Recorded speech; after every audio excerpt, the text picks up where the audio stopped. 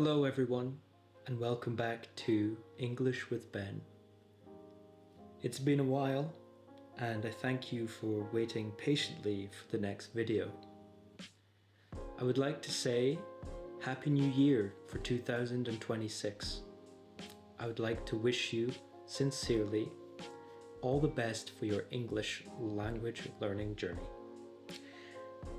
This new series that I will start and intend to finish will be the next book title in Olly Richards' short stories for English.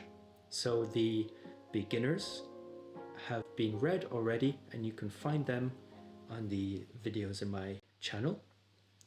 This will be a reading for the intermediate level, a little bit more advanced than the beginners, but still, all practice is good practice. I hope that you enjoy this video, and I look forward to making more as time goes on. All the best and happy listening. Thanks.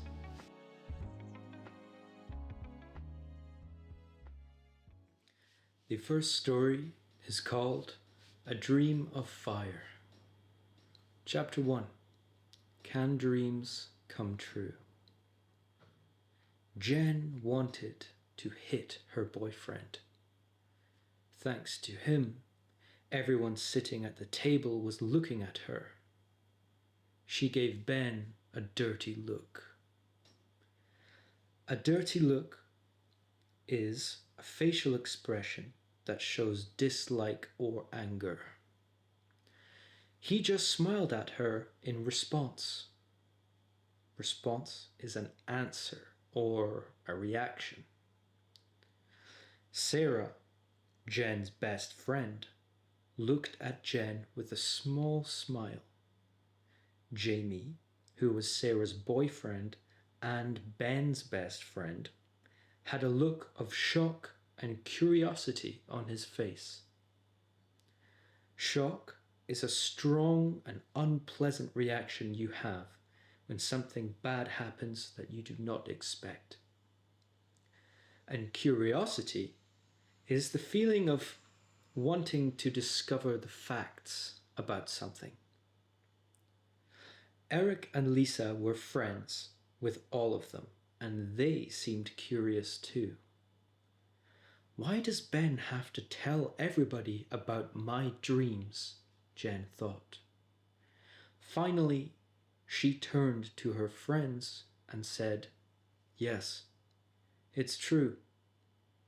She gave Ben another dirty look and began explaining. "I sometimes have dreams about unimportant things, and the dreams come true the next day. It's almost always about 6 hours after I wake up. It's been happening for as long as I can remember. But it's always just for really stupid little things, never anything important." "Really? Like what?" Eric asked.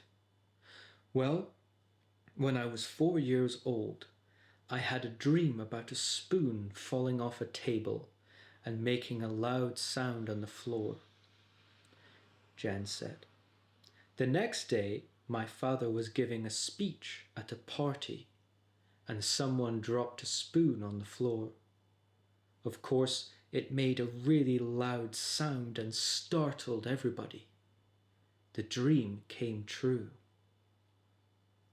Startled is to suddenly frighten or shock someone, or to be shocked or surprised unexpectedly.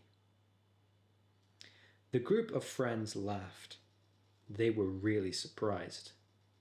Jamie looked at Jen carefully and then said with a smile, "But that seems like more of a coincidence than anything." A coincidence is when two things happen at the same time by chance. "That's what I thought at first," but Ben interrupted, speaking quite quickly with excitement. "But then Jen told me her other dreams and I started believing. Then I tested her and saw it actually happen. You tested her? Jamie asked. How? A few months back, I waited until she woke up and made her tell me the last dream she remembered, Ben said. She told me she had dreamed about someone sneezing 17 times and everyone laughing about it. Sneezing is to suddenly blow out air from your nose and mouth in the way that you cannot control. Usually sounds like a achoo. Then I waited until 6 hours later, and, sure enough, while we were eating lunch, some woman across the room started sneezing. If it had only been a couple of sneezes, I don't think anyone would have noticed. But the woman just kept sneezing and sneezing, so I started counting. She sneezed exactly 17 times. When she was done, the whole restaurant started laughing. It was so funny. Yeah, and the poor woman was so embarrassed that she got up and left the restaurant, Jen said, hitting Ben on the shoulder.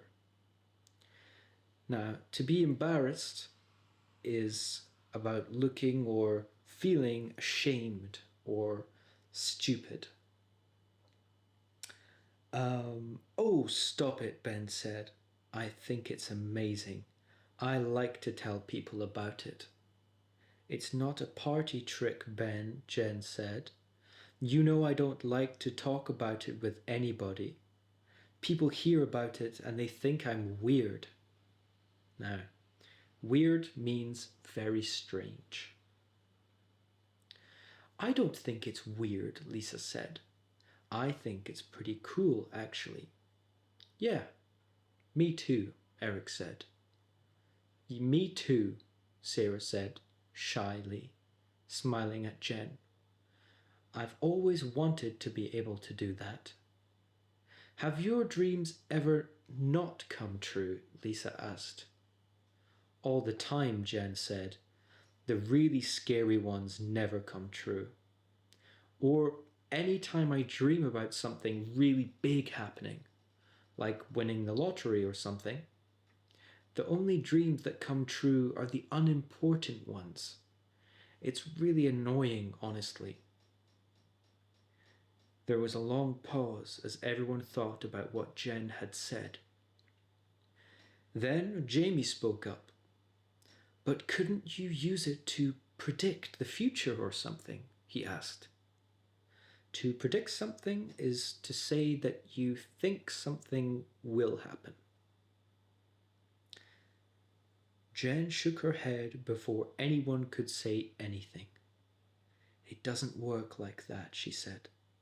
I never know if a dream is going to come true until right before it happens. But how do you know these dreams come true after 6 hours? Jamie asked. When I was 10, I started keeping a journal, Jen said. A journal is a book in which someone writes what they have done each day or how they feel. I would write about my dreams and then make a note if they came true. I started realizing that they came true around the same time of day. When I did the maths, I realized it was 6 hours. Well, 6 hours, 17 minutes, and 29 seconds to be exact. Wait, Ben said. You never told me that. You know exactly how long it takes for a dream to come true? I thought I did when I was 10, Jen said. But that was a long time ago. And it wasn't really a scientific experiment or anything. The group laughed again. An experiment is a test or a trial to find out something unknown or to prove something. Jamie looked at Jen with a smile. So there's no real way to tell the future, he asked. Nope, Jen said. Sometimes something will trigger a memory from a dream. That tells me the dream is going to happen. Trigger is something that causes something else to happen. But the most warning I've ever had was about an hour ahead of time, and that only happened once. Most of the time, I just get a funny feeling about 5 minutes before it happens. Then I just kind of sit and wait for it to happen. Like I said, it's a bit annoying. I can't really control anything about it. The silence returned, and Jen smiled at the looks on her friends' faces. She knew they would be watching her from now on to see if her unusual ability would show itself. Ben meant well, but he didn't understand. It really made her uncomfortable to have people watching her and wondering about her dream thing. It was just weird. The dinner party broke up shortly after that, and everyone went home. Ben usually stayed later after a party to talk, but he couldn't that night. He had to work early the next morning, and his job site was on the other side of town. He was an electrician, and he'd recently been hired to work in a new office building on the north side of the city. An electrician is someone whose job is to put in or to repair electrical equipment. Jen was really proud of Ben, and she was excited about how their relationship was developing. They had been dating for over a year now, and she had fallen deeply in love with him. She was certain he felt the same for her. That night, as she got ready for bed, she thought about how amazing it would be to have Ben as a husband. As she fell asleep, she quietly hoped that the special moment when Ben proposed would come soon. To propose someone in marriage is to ask someone to marry you. Well, that's the end of chapter 1. Let's have a little review. I'll read the summary. Jen and her boyfriend Ben are having dinner with friends. Ben tells their friends that Jen's dreams sometimes come true. As people ask questions, Jen explains what happens with her dreams. She also adds that nothing important ever comes true. She says it's only little things, like dropped spoons or sneezes. The friends ask a lot of questions, and Jen becomes uncomfortable. The party ends, and Ben goes home. He is an electrician and has an early job across town. Jen falls asleep dreaming of Ben, asking her to marry him. Well, that is the end of chapter 1. And chapter 2 will come in the next video. How was that? I hope you enjoyed. I hope that you learned something, and I'm looking forward to continuing the story with you in the next video. Hope you enjoyed. Bye-bye.